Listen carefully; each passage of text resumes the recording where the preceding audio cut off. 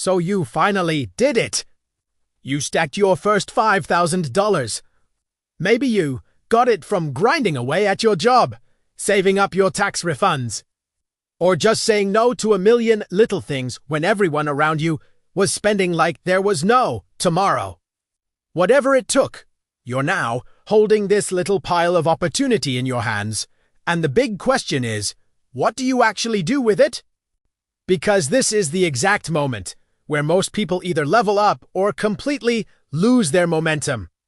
So many people treat their first $5,000 like a vacation fund, a shopping spree, or a down payment on a lifestyle they absolutely cannot maintain. But the people who build real, long-term wealth, they treat that first $5,000 like the single seed that grows the entire forest of their future. It's not just money. It's potential energy waiting to be unleashed. So, let's break down the game plan. The first step is simple, but it's the most powerful: protect the money. Before you do anything else, you need to put at least $1,000 into an emergency fund. I'm talking about a high-yield savings account, something that's easy to access, liquid, and not tied to the ups and downs of the stock market. Why? Because life loves to throw curveballs. An unexpected car repair, a medical bill, a sudden job loss. If one of those things wipes you out, you're right back at zero, drowning in stress. That safety net isn't just about money. It's about peace of mind. It allows you to make smart decisions with the rest of your cash instead of panicked ones. With your safety net in place, we move to step 2, kill high-interest debt. This is the silent, smiling enemy of your wealth. If you have a credit card with a 24% interest rate, that card is basically setting your money on fire while it winks at you. That debt is a weight holding you down, making it impossible to move forward. Think about it. Paying off a high-interest balance isn't just getting back to zero. It's giving yourself an instant, guaranteed return on your money. If you eliminate even one of those balancers, you're effectively giving yourself a bigger raise than most people get at their job in an entire year. So, take a portion of your $5,000 and attack that debt with everything you've got. Next up, step 3, build the version of you that future money depends on. This means investing in skills. Real profit-prod skill.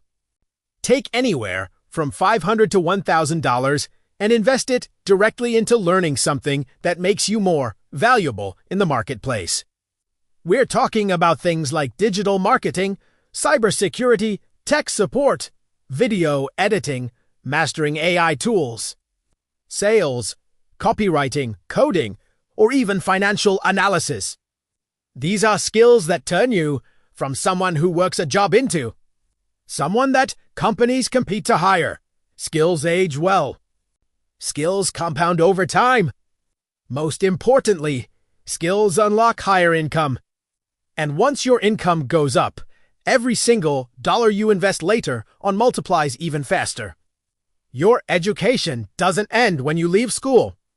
It begins when you decide you want to be wealthy. Step 4 is where the magic really starts to happen. Start investing like you belong in the wealth conversation, because you absolutely do. Take $1,000 or $2,000 and begin with simple, low-stress investments. You don't need to be a Wall Street genius. We're talking about broad market index funds, like an S&P 500 ETF, which gives you a tiny piece of the 500 largest companies in America. Or, if you qualify, open a Roth IRA for that incredible tax-free growth. People drastically underestimate how powerful early investing is. Let me put it this way. $2,000 invested when you reach 25 can easily grow to $30,000, $40,000, or even more by the time you retire, without you doing anything but breathing. Early money is like nuclear energy. You just have to give it time, and it explodes.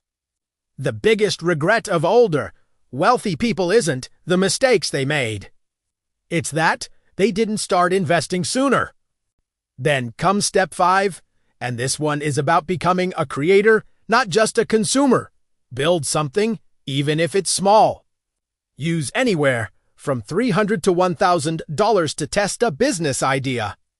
The key here is low risk, low cost, and high potential. Think about things like print-on-demand t-shirts, opening an Etsy shop, self-publishing a book on Amazon KDP, affiliate marketing, creating social media content, selling digital products, or offering a service you're good at. The goal isn't to become a millionaire in 30 days. The goal is to learn the game of making money outside of your 9-to-5 job. Because once you learn that game, you never, ever forget it. You start to see opportunities everywhere. That first dollar you earn for yourself is more powerful than the $1,000 you earn from a paycheck. Step 6 is about the system behind the money. Upgrade your financial system, not your lifestyle. This is where you get organized. You build a budget that actually makes sense for you. You start tracking your spending so you know where every dollar is going.